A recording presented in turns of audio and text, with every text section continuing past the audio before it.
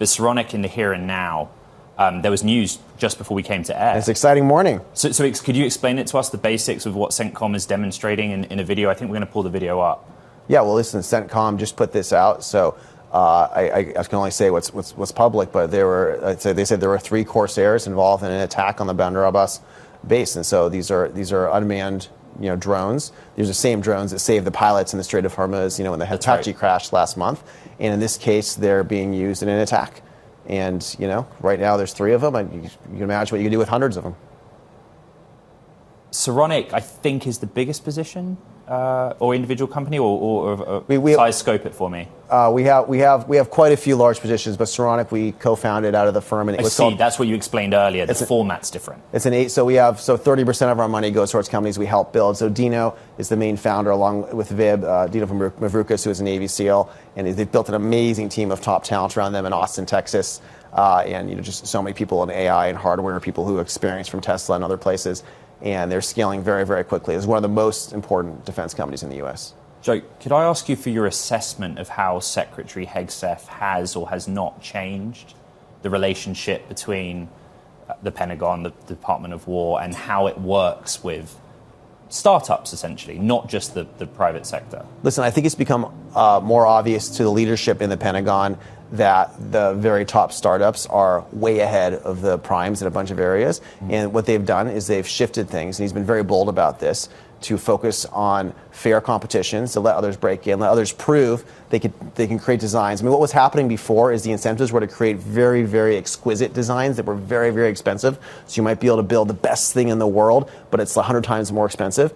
And what Palmer and Androl and Dino at Saronic and others have demonstrated is actually there's designs that you can make 100 or 1,000 more of these for the same cost, and that are in many cases even better. One of the things we've been tracking over the last couple of years is sort of, it's declassified allocations. A lot of it still goes to Lockheed, but do you see it changing? The proportion? Yeah, no, I think this is what people don't realize is we're still the little kids in some ways. I mean, we have the best stuff, but it's growing from a small base, and it's growing very quickly, and you're starting to see very large, very important contracts that are changing the nature of warfare and what's possible with these new companies. But the vast majority of money is still captured by the primes. The primes have these congressional districts locked down where they're producing things in 49 states, and it's kind of bolted into the NDAA that they automatically get the contract even if their stuff sucks because it's a jobs program. It's not about deterring our enemies. But slowly over time, our Congress is waking up and saying, wait a second, this shouldn't just be about a jobs program. There's actually bad guys in the world. We actually have way too much debt in this country. Let's spend less money on better things, even if it's not as politically connected. Joe, we're just in the last 45 seconds of the show. The next frontier in defense tech for you, a specialist area that you're most focused on? Well, listen, I think there's a lot of stuff going on with massive production of drones on the land, which is like overland, in the sea with Saronic, in the air, of course, with so many different companies, and in space as well, with Apex and others dominating that area. And I think how we counter that with new forms of high power microwave, with people like Epirus, and in other types of electronic warfare, there's just lots of advances being made there. So it's a very dynamic time, really important to engage in this and stay ahead of the bad guys. Look, I think you've said a number of times that you believe the US is still leading in the AI race, but there are a number of factors to consider, particularly on biotech as well, which we'll get to a little bit later. But take that and run with it. Your current attitude to this market. I mean, you're just talking about distillation. China, for the last few decades, has been very good at doing whatever they can to copy and steal our IP and our trade secrets. And this is no different, right? And unfortunately, we are, I don't know if it's 6 months ahead or 12 months ahead or what it is, we are significantly ahead. And in a world where the agents are doubling capabilities every few months, that's a very, very large gap, which means we're way ahead in cyber. It means we're way ahead in other critical areas that will allow us to compete with China. So it's a great spot we find ourselves in, and we got to make use of it. And I think it's almost silly to expect the government to be able to stop them from stealing. We haven't done that for years. It's going to be up to these companies to figure out how to detect and stop these attacks, because that's the only way it's going to happen. You're a venture investor, but also a serial entrepreneur, founder, call it what you will. It's interesting to read some remarks by Palmer Luckey the other day, saying basically stop patenting things. Because the moment you put something into a patent, it becomes vulnerable to theft, is how he would put it. You're just educating our adversaries. I mean, the patent office is completely broken at this point. You will have things in China, in the biotech world, for example. In biotech, you kind of have to patent certain things because you have a molecule you put all this money into, and you don't want someone else to be able to, obviously, sell that molecule. But China will, within 24 hours, someone in China will see a new target you're patenting, and they'll see the results, and they'll start their own programs and even file other patents themselves right away that are similar but just different. And the whole thing is a mess right now. You are very focused on biotech in the context of US versus China. I think you have some strong feelings about it, but raise the alarm on it. What is the sort of core of your concern? Well, obviously we work in defense and we work in healthcare and we work in other areas. And biotech's a very exciting area right now in particular because AI is going to allow us to cure a lot of diseases. It's already making some really, really big breakthroughs since this is one of the most exciting new areas. But China has been successfully stealing our sector over the last 7 years. And so we've gone from being the vast majority of new therapeutics and drugs in the U.S. And now China, if you look at the curve, it's come up to well over a third of all the new ones, and in some cases more than a half of what you can measure earlier stage. So they're basically taking over the sector. And it'd be one thing if they were purely doing this on a competitive basis. That's if people are really talented and they're doing it competitively, that would be fair. But it's not like that. What it is it's taking U.S. firms and taking U.S. investors and getting them to be able to do things cheaper and better in China. It's stealing things using a patent office. It's stealing things using PhD for people who come over here and are forced to send things back. Like the whole thing is a very active kind of rape of the sector, and it's also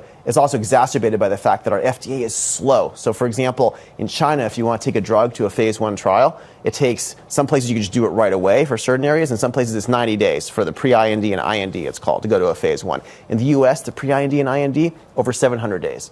So we have to accelerate this if we're going to compete.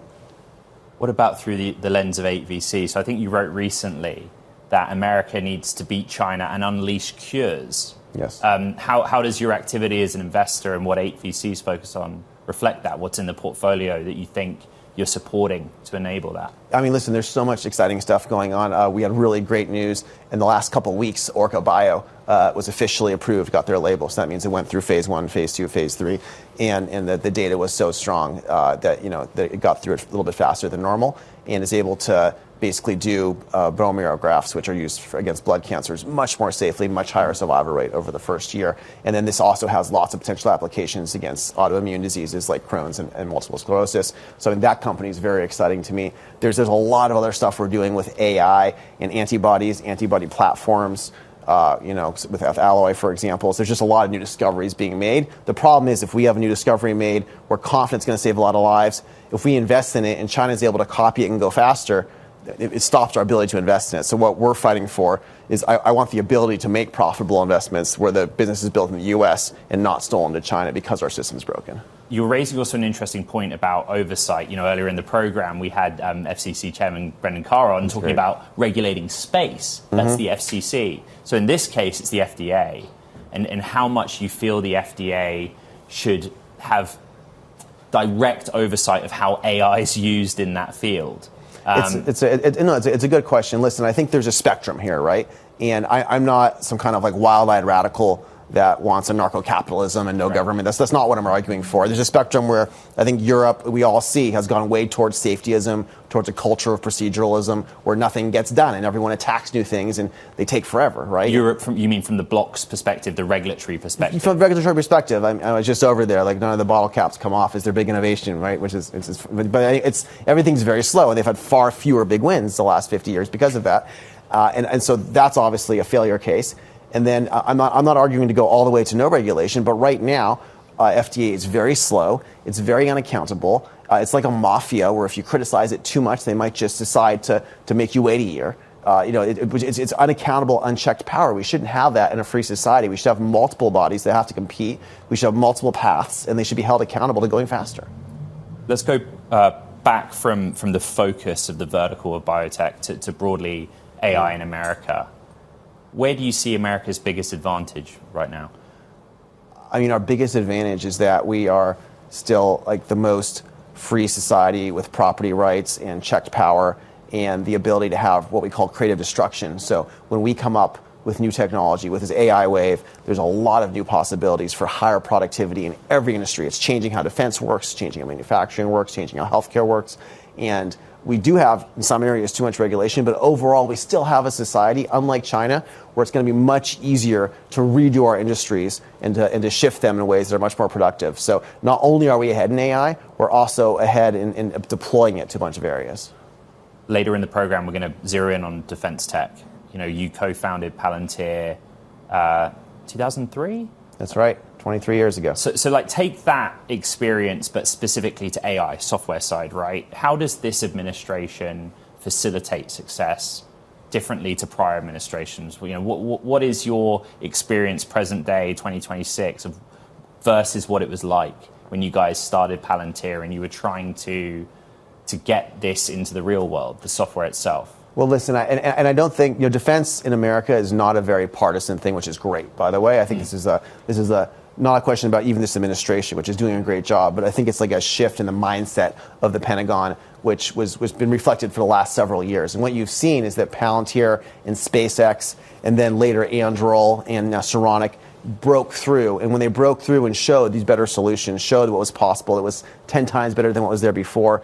The admirals learned, the generals learned, and people in procurement said, wait a second, we can't just keep giving these giant documents written by Raytheon and Lockheed and all the other primes, the full power to block everyone else. We have to actually say, let's have more open competition. Let's let in new possibilities. And you're seeing that cultural shift happen pretty dramatically over the last 5 or 6 years. I have friends, like Emil, who's undersecretary and engineering and research, and people like DepSec Feinberg and the secretary and others who are being a lot bolder in pushing things in the right direction. So you're definitely seeing the culture of the whole place has been moving in the right direction for years now. We're going to return to that conversation on defense tech in a little bit. We're going to take a quick break. Joe Lonsdale from 8VC and a co-founder of Palantir sticks with us. We'll be right back.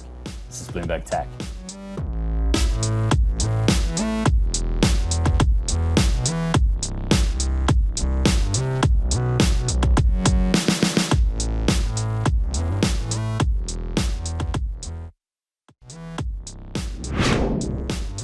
Okay, we're back with Joe Lonsdale, managing partner at 8VC, co-founder at Palantir. Big recent news is that 8VC closed a $1.5 billion fund, the firm's largest to date. And I think we just start there. I don't think you've said very much more about the fund than what's in that post on the screen on X. Yep. Timing, why, what for? I mean, we're in the middle of the most exciting, revolution, industrial revolution, I'd call it, in a very long time in the United States. And we've had our best couple years ever at the firm. There's just a lot of things happening that are possible now that were definitely not possible a couple of years ago in the economy. And Palantir, as an example, I think before AI was probably worth 30 or 40 billion dollars, and past AI now is valued at over 300 billion dollars. I think this is a 10x bigger wave, similarly than anything we've seen before, versus the SaaS wave you're doing versus what's going on now.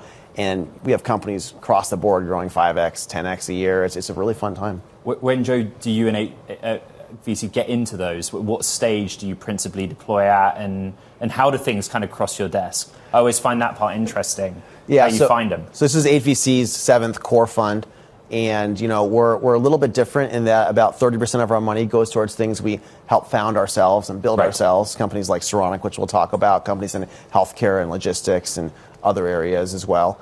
We're usually seed, Series A, some Series B, so we're earlier stage investors. But these days, like a Series A could be a $60 or $100 million round, and we could be doing 50 of that from the fund. So it's a lot bigger checks. So having a $1.5 billion fund in venture capital today, I would say, is sort of like having a $400 or $500 million fund a decade ago. Right. It reflects where the market is in terms of how much you do and the size and if someone were to tell me 15 years ago I was doing $1.5 billion fund, I'd be like, that's ridiculous. That's so much money.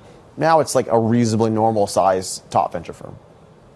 What about from the LP's perspective? I appreciate that there's value in discretion, right? But what is it the LPs ask you about their interest in AI broadly, what they they're investing with you because they want exposure to something specific? Yeah, it's always unclear. I'm supposed to boast about my returns on TV or something, but I think just when you absolutely hit it out of the park and you're in a bunch of things that are working. I mean, we're lucky to get to work on Addepar with Palmer Luckey last year, right? We're lucky to get to work on, I mean, just a long list of these things that are working very, very well in our portfolio, both in defense and in kind of core AI cognition. We led around last year, and it's absolutely crushing it. One of the most important new AI companies. I think it's had 3 rounds now since we got in a year ago, right? So the pace of everything, like things that happen now in a quarter is like things that used to happen in a year. It feels like the pace is sped up 4 or 5x, and so I think there's only a certain number of firms that are involved consistently in a bunch of the very, very top talent and best companies, and so you end up being very oversubscribed. So on these things. Scott's a regular on the show, and you're a visitor to San Francisco, a regular visitor. Yes. But up by Broadway Tunnel, there's a bus stop ad, and it says Devon, but it works better now, and that's all it says. I mean, it keeps getting a lot better. It's really good. It's just, you know, it's just how like some of these companies from a very small start have grown quickly, but got themselves into the culture of what's happening in industry. It's really fun right now because I'm working with these entrepreneurs, and a lot of them. I'm 43 now, so my karma is I have to work with like a little bit difficult young people, right? Which that's what I was 20 years ago, I suppose. But now it's like, I mean, these companies are growing to billions of revenue in 3 or 4 years. One of the entrepreneurs we're working with, they're like doubling revenue every quarter, and you're having a conversation. How are we going to keep doubling for the next 3 or 4 quarters? And I mean, it's really fun. This is stuff you can never have done before. You said a moment ago you're coming off the back of 2 very good years at the firm. What do the exits look like then? You're talking about returns as realized through an exit, or these are I mean, there's both. I mean, listen, we were big investors in XAI and X, which became SpaceX, and we're very happy to be involved in that. I'm very, very bullish. I'm going to hold on to that for a long time. I think Elon's right. It could be bigger than the economy of the Earth if we get it right. But so I mean, I guess that's an exit. I mean, we're invested in all sorts of things in AI that are likely to go public soon. We have other things we invested in that have just had 7 or 8 up rounds and that have high margins and billions of revenue now, right? So I think it's a spectrum. I mean, I don't really plan on exiting our very best defense positions for the most part. I think these are things that you could exit. You could obviously sell the entire Anduril position or Saronic position or others, but we're not going to do that for now. I want to ask you a final sort of more academic question, which is everyone, you know, uniformly at the moment has said we've moved from software is eating the world to now hardware is eating the world. Does that reflect where 8VC is currently positioned, or you still think that there is a world for both as an investor? You know, I'm really focused on how we bring more advanced manufacturing to the U.S., and that's going to involve a lot of AI and a lot of hardware. I think to be able to do what the manufacturing engineers in China can do, we have a lot more to build here. We have some of our companies working on that problem. I think in general, we're focused on productivity and outcomes. And so, yes, hardware is very important, but I think outcomes, I mean, listen, you have a $5 trillion a year wages in the services industry in the U.S. This is a massive industry in the U.S. And if we can make those outcomes, you know, 2 or 3 or 4 times more productive, which we've seen we can, that's just going to be a multi-trillion-dollar wealth creation. So hardware is important, but I wouldn't just ignore outcomes in these other massive industries that we're clearly transforming right now. Joe Lonsdale, 8VC, stay with us. We have a story out of Europe. European drone startup Helsing has closed a $1.8 billion funding round. It's an $18 billion valuation. The round cementing the firm as Europe's largest defense startup, demonstrating investors' continued interest in the region's defense firms amid, of course, the ongoing war in Ukraine. Investors included Goldman Sachs, Dragoneer Investment, JP Morgan Chase. But Helsing says the company remains predominantly European-owned. So let's focus in on defense tech, Joe. I mean, interesting case study out of Europe. Yeah. I don't think you guys are in Listen, Helsing. my good friend Jeanette Furstenberg, who helps run General Catalyst, yes. She was an early investor there before she was at GC. I think it was founded by people who had been at Palantir in Europe, and so we're fans of them. It's a very the very ecosystem is a lot of people that know each other. I'm very lucky to have all these people who helped me build Palantir and Addepar, like Scott Wu, for example, from Cognition from Addepar, building and running a lot of these, dozens of top companies right now. So it does tend to come from a small number of places, and a lot of these people did used to work for us.